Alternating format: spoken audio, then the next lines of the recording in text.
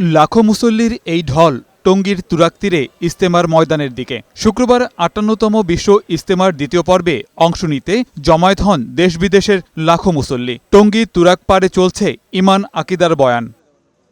শুক্রবার ঢাকা ও আশপাশের এলাকা থেকে দলে দলে ইজতেমা মাঠে আসেন মুসল্লিরা। সব ভেদাভেদ ভুলে কাঁধে কাঁধ মিলিয়ে ইসলামের দাওয়াত ঘরে ঘরে পৌঁছে দেওয়ার অঙ্গীকার করেন তারা। আসছি আল্লাহর কাছে মাপটা চাওয়ার জন্য, বয়ান শোনার জন্য, নামাজ পড়ব, নফল নামাজ পড়ব।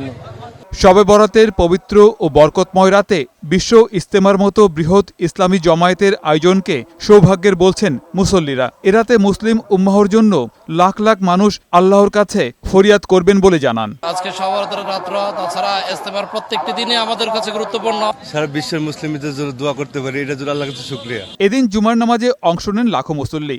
ইমামতি করেন মাওলানা ইউসুফ বিন সাদ।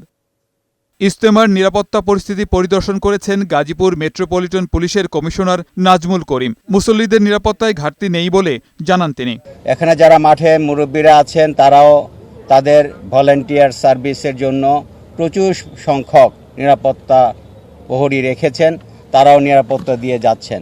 আশা করি নিরাপত্তার কোনো ঘাটতি হবে না। এদিকে ইজতেমায় শনিবার গণবিয়ে অনুষ্ঠিত হবে। রোববার আখেরি মোনাজাতের মধ্য দিয়ে শেষ হবে এবছরের ইজতেমার আনুষ্ঠানিকতা। গোলাম মোর্শেদ, বৈশাখী সংবাদ।